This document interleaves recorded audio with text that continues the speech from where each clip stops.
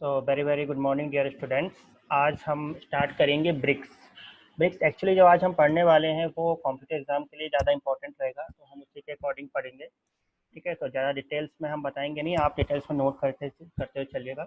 तो आज हम स्टार्ट करते हैं ब्रिक। सबसे पहले हम चाहते हैं कि ब्रिक होती क्या है। जैसे कि आपको ये डायग्राम दिख रहा है ब्रिक सभी ने देखा होगा। ब्रिक क्या है? Brick is the construction material. ठीक है, ये कंस्ट्रक्शन मटेरियल होता है जिसकी हेल्प से हम बॉल कंस्ट्रक्ट करते हैं। ठीक है, ये आर्टिफिशियल मटेरियल होता है। आर्टिफिशियल का मतलब ये कि ब्रिक को हम खुद कंस्ट्रक्ट करते हैं with the help of clay and other materials. ठीक है, कौन कौन से कंपोनेंट होते हैं ब्रिक के हम ये देखते हैं। तो नेक्स्ट हम यहाँ पे देखते हैं, सेकेंड स्लाइड शो कर देते हैं। तो सेकेंड स्लाइड है कंपोनेंट ऑफ ब्रिक। ब्रिक के कौन कौन से कंपोनेंट होते हैं। तो मेजर कंपोनेंट के बारे में हम देखते हैं। सबसे पहला कंपोनेंट होता है हमारे पास में एल्यूमिना। एल्यूमिना का जो परसेंट होता है वो 20 to 30% होता है हमारी ब्रिक में। सेकंड कंपोनेंट होता है silica. Silica is a major component of brick.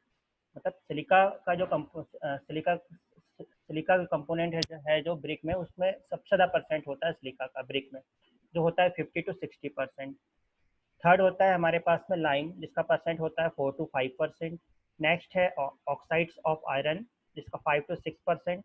And last is magnesia. Magnesia is less than 1% brick में होता है। तो ये है हमारे पास में कंपोनेंट्स ऑफ ब्रिक। अब इन कंपोनेंट्स जो है, जैसे एल्यूमिना हो गया, silica, lime, oxides of iron and magnesia, इनके क्या क्या फंक्शंस होते हैं ब्रिक में। मतलब एक्चुअली हम जो परसेंट इनका जो रख रहे हैं, इतना ही परसेंट का क्यों रखते हैं, इससे कम क्यों नहीं रखते हैं, इससे ज़्यादा क्यों नहीं रखते। ज़्यादा रखोगे तो क्या प्रॉब्लम आएंगी, कम रखोगे तो क्या प्रॉब्लम्स आएगी। और एल्यूमिना का मतलब एल्यूमिना वहाँ पे प्रोवाइड करने का क्या मोटो है हमारा, वो सब हम यहाँ पे डिस्कस करेंगे वन बाय वन। तो हम सबसे पहले डिस्कस करते हैं मतलब फंक्शंस ऑफ ब्रिक कंपोनेंट। सबसे पहले डिस्कस करते हैं एल्यूमिना। तो एल्यूमिना क्या होता है देखते हैं हम यहाँ पे। तो it imparts plasticity to the brick earth so that it can be easily moulded into required shape and size.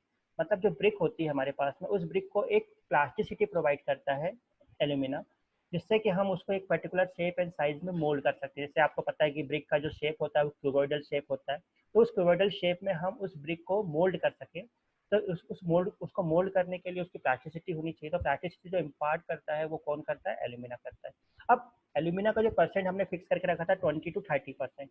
अब इससे ज़्यादा अगर एक्सेस कर जाए तो क्या प्रॉब्लम्स क्रिएट होती हैं वो हम देखते हैं। तो अगर एल्यूमिना का जो परसेंट है वो 20 to 30% जो उसकी लिमिट वैल्यू है, उससे एक्सेस कर जाए, तो उस कंडीशन में क्या होता है कि श्रिंकेज एंड बार्पिंग होती है। जब ब्रिक ड्राई होती है, सूखती है, तो उसके बाद में जो ब्रिक है आपकी, उस ब्रिक में श्रिंकेज एंड बार्पिंग कंडीशन क्रिएट हो जाती है। मतलब ब्रिक श्रिंक कर जाती है, मतलब उसका वॉल्यूम चेंज हो जाता है।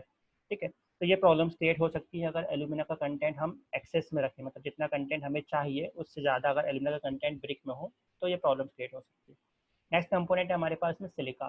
सिलिका क्या होता है कि सिलिका जो होता है वो क्रैकिंग, श्रिंकेज एंड बार्पिंग को प्रिवेंट करता है ब्रिक में। मतलब कि ब्रिक में क्रैकिंग डेवलप ना हो, श्रिंकेज ना हो, बार्पिंग ना हो, उसको प्रिवेंट करने के लिए हम सिलिका का एक एडुकेट परसेंट उसमें ब्रिक में प्रोवाइड करते हैं। ठीक है, और ऑब्वियसली अगर क्रैकिंग या श्रिंकेज या बार्पिंग नहीं होगी ब्रिक में, तो उसका जो यूनिफॉर्म शेप एंड साइज भी हम मेंटेन कर सकते हैं। अब अगर सिलिका का परसेंट हम मतलब एक्सेस में प्रोवाइड करें सिलिका को, मतलब एक फिक्स अमाउंट जो हमारे पास में 50 to 60% था, उससे ज़्यादा अगर हम सिलिका को प्रोवाइड कर रहे हैं, तो उस कंडीशन में क्या होगा। तो उस कंडीशन में एक्चुअल में होता है क्या है कि जो ब्रिक पार्टिकल्स के जो बीच में जो कोहेजन बॉन्ड होता है, वो बॉन्ड डिस्ट्रॉय हो जाता है। और ऑब्वियसली अगर बॉन्ड डिस्ट्रॉय होगा तो उसकी जो लोड कैरिंग कैपेसिटी है, मतलब जो लोड कैरिंग कैपेसिटी है ब्रिक की, वो कम हो जाएगी।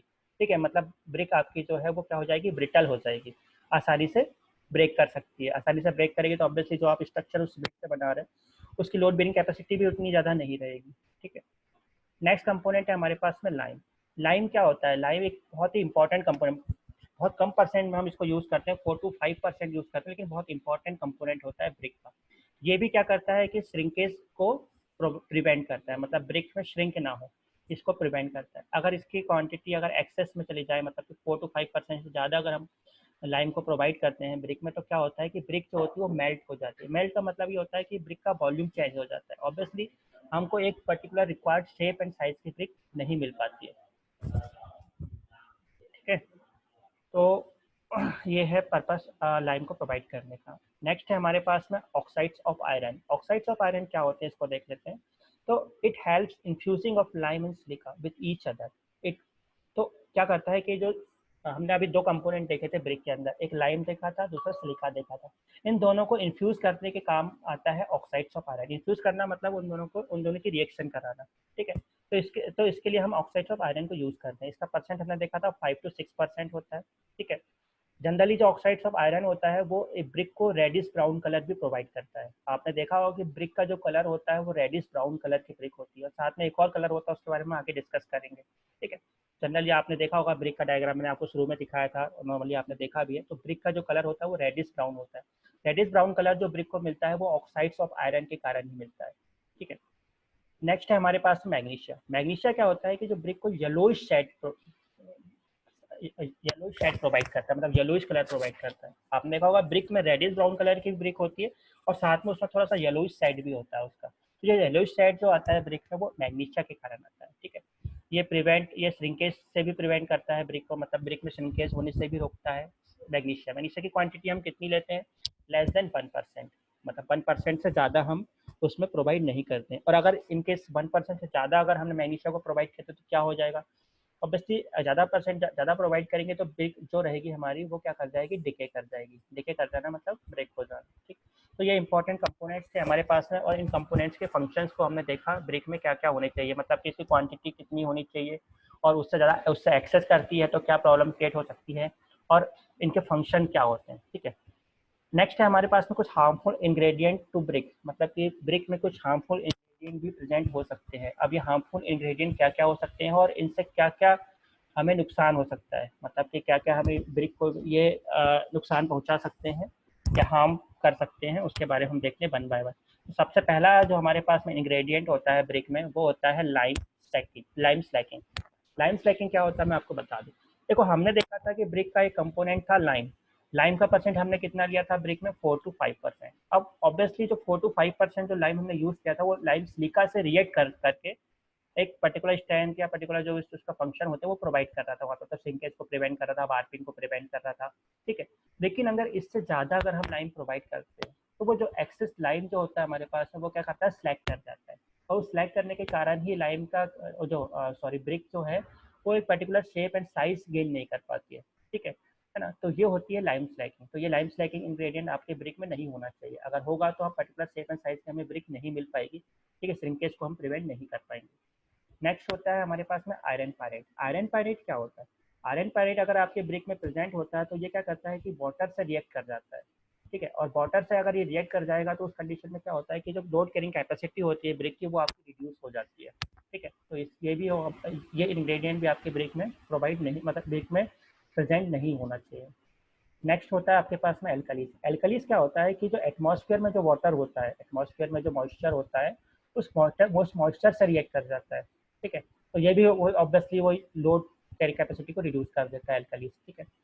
नेक्स्ट जो होता है हमारे पास में ऑर्गेनिक मैटर होते हैं। ऑर्गेनिक मैटर उसके बाद में आपको वेजिटेटिव मैटर, इन दोनों मैटर को मैं आपको एक साथ बताऊंगा। एक्चुअल में ये होते क्या है, अगर ये आपके ब्रिक के अंदर प्रेजेंट है, मतलब आप जब ब्रिक को मोल्ड कर रहे हो, ठीक है, ब्रिक को हम क्ले से मोल्ड करते हैं, क्ले में अगर आपके ऑर्गेनिक मैटर या वेजिटेटिव मैटर प्रेजेंट है तो ये क्या होते हैं कि कुछ समय के बाद में जब ब्रिक आपकी ड्राई हो जाती है कुछ समय के बाद में क्या कर जाते हैं, ऑक्सीडाइज कर जाते हैं।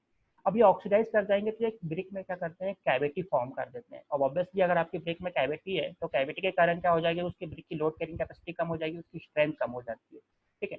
तो इस तरीके से ये ऑर्गेनिक मैटर और वेजिटेटिव मैटर भी हमारे ब्रिक में प्रेजेंट नहीं होना चाहिए क्योंकि ये उसकी लोड कैरिंग कैपेसिटी को रिड्यूस कर सकते हैं।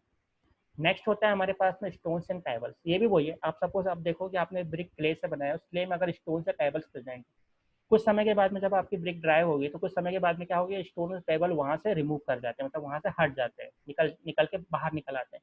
अब ऑब्वियसली ये बाहर निकल के आएंगे तो ये भी क्या करेंगे, कैविटी फॉर्म करेंगे। और ये जो कैविटी होती है आपकी, ऑब्वियसली कैविटी आ गई आपके ब्रिक में तो क्या हो जाएगा, उसकी स्ट्रेंथ कम हो जाएगी, मतलब उसकी लोड कैरिंग कैपेसिटी कम हो जाएगी। तो ये कुछ 6 इंग्रेडिएंट्स होते हैं जो ब्रिक में प्रेजेंट नहीं होने चाहिए। अगर ये प्रेजेंट होते हैं तो ये ब्रिक को हार्म करते हैं, मतलब कुछ ना कुछ नुकसान पहुंचाते हैं। और किसके प्रेजेंट अगर मतलब किसके रिगार्डिंग हम बात करें तो उसकी स्ट्रेंथ के रिगार्डिंग, उसकी स्ट्रेंथ को कम कर सकते हैं, ठीक है। उसकी शेप एंड साइज, मतलब उसकी प्रॉपर्टी को कम कर सकते हैं, मतलब उसको particular shape and size provide नहीं, पर्टिकुलर शेप एंड साइज नहीं हो सकता ब्रिक का, ठीक है। श्रिंकेज को इंक्रीज कर सकते हैं, वार्पिंग को इंक्रीज कर सकते हैं। तो ये जो मटेरियल इंग्रेडिएंट्स हैं ये ब्रिक में प्रेजेंट नहीं होते। तो आज के लेक्चर में हम इतना ही देखेंगे। हमने आज के लेक्चर में क्या देखा कि कंपोनेंट्स ऑफ ब्रिक देखा, कंपोनेंट्स ऑफ ब्रिक में उन कंपोनेंट्स के फंक्शंस देखें और कुछ हार्मफुल इंग्रेडिएंट देखे।